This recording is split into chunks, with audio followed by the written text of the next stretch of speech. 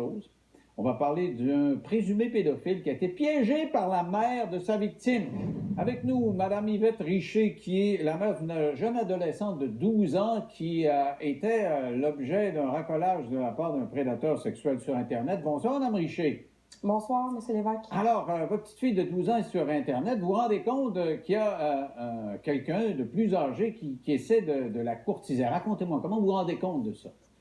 En fait, ma fille a un compte Instagram. Moi, je suis plus de la génération là, Facebook. Donc, c'est son Instagram à elle qui est toujours branché dans mon cellulaire. Fait que je reçois une notification comme de quoi un certain monsieur Marcel Lacombe, probablement un faux nom, a commencé à la suivre là, sur Instagram. Donc là, moi, je me pose la question... Je connais pas de Marcel Lacombe, ça sonne pas comme si c'était un garçon de 13 ans là, qui allait à Chavigny, à son école secondaire. Je me mets à réfléchir vite, est-ce que c'est un ami, un père d'un ami, un grand-père?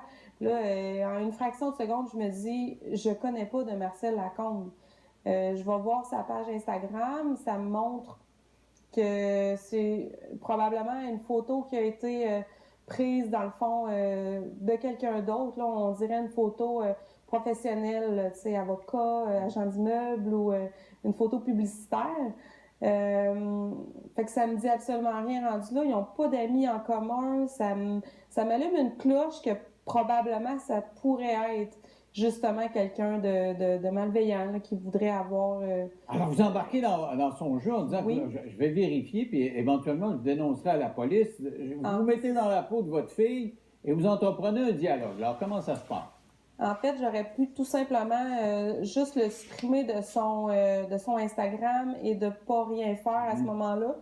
Je me suis plutôt demandé et si j'allais le questionner. Fait que je lui ai dit allô, on se connaît, et là, lui, à ce moment-là, il me dit que c'est un ami de mon grand-père. Moi, étant Noémie, là, ma fille, parce que je me fais passer pour elle, là, je dis pas à ce moment-là que c'est pas elle. Par la suite, en fait, je le questionne, ben, c'est quoi le nom de mon grand-père? Il me donne pas la bonne information. Donc là, je me dis, bon, peut-être que c'est quelqu'un qui se trompe. Alors, je lui dis, ben, tu dois te tromper parce que mon grand-père s'appelle pas Philippe, il s'appelle Michel. Puis, finalement, lui, il revient puis il me dit que, je le sais, c'est pour te faire une blague, j'aime ça, faire des blagues aux belles petites filles. À ce moment-là, je me suis questionnée, est-ce que je continue? Ça se peut-tu que ce soit quelqu'un qui est en train de faire une mauvaise blague à ma fille, finalement, parce que c'est vrai que le langage, parfois, peut paraître aussi enfantin là, dans la discussion. Fait que, je me suis posé la question et finalement, j'ai continué en espérant avoir une discussion qui tirerait vers là pour justement voir si c'était ça. Et là, il me dit, oui, j'aime ça regarder les photos des belles petites filles. Je me rappelle pas textuellement, là, mais il me dit... on voit le texte. Oui, c'est ça. Alors là, vous n'osez pas le dire, mais bon, il faut le dire pour comprendre. Là, il se met sur les photos. Oui, voilà. Ouais. Alors là, quand vous voyez que c'est un gars qui parle de ce genre de langage-là avec votre fille, qui est en principe là, de 12 ans, là, ça alerte, il y a une petite lumière qui allume, là. Il y a une lumière qui allume, un frisson de dégoût, un frisson de colère. Je me demande encore une fois, qu'est-ce que je fais? Est-ce que je continue? Est-ce que tout de suite je mets fin à cette discussion-là? J'ai continué en espérant avoir plus d'informations, à savoir si elle allait se dévoiler un peu plus, puis de vérifier jusqu'où il irait dans ses intentions. Fait que là, la première chose que j'ai faite, je me suis dit... Comment ça se fait qu'il n'a pas demandé à ma fille d'être amie avec sur Instagram? J'ai revisité les paramètres de son Instagram et j'ai remarqué que son Instagram, en fait, était public. Donc, première chose, j'ai changé les paramètres, j'ai mis ça privé.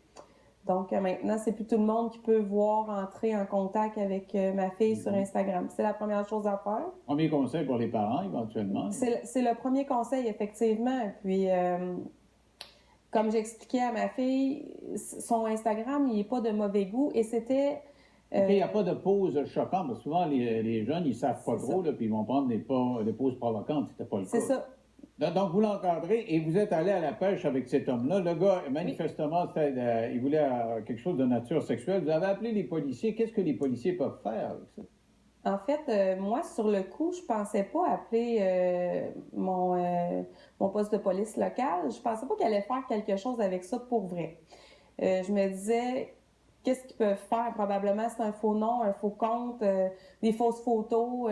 Puis là, après ça, je me dis, ouais, mais en 2019, une adresse IP, c'est facilement retraçable.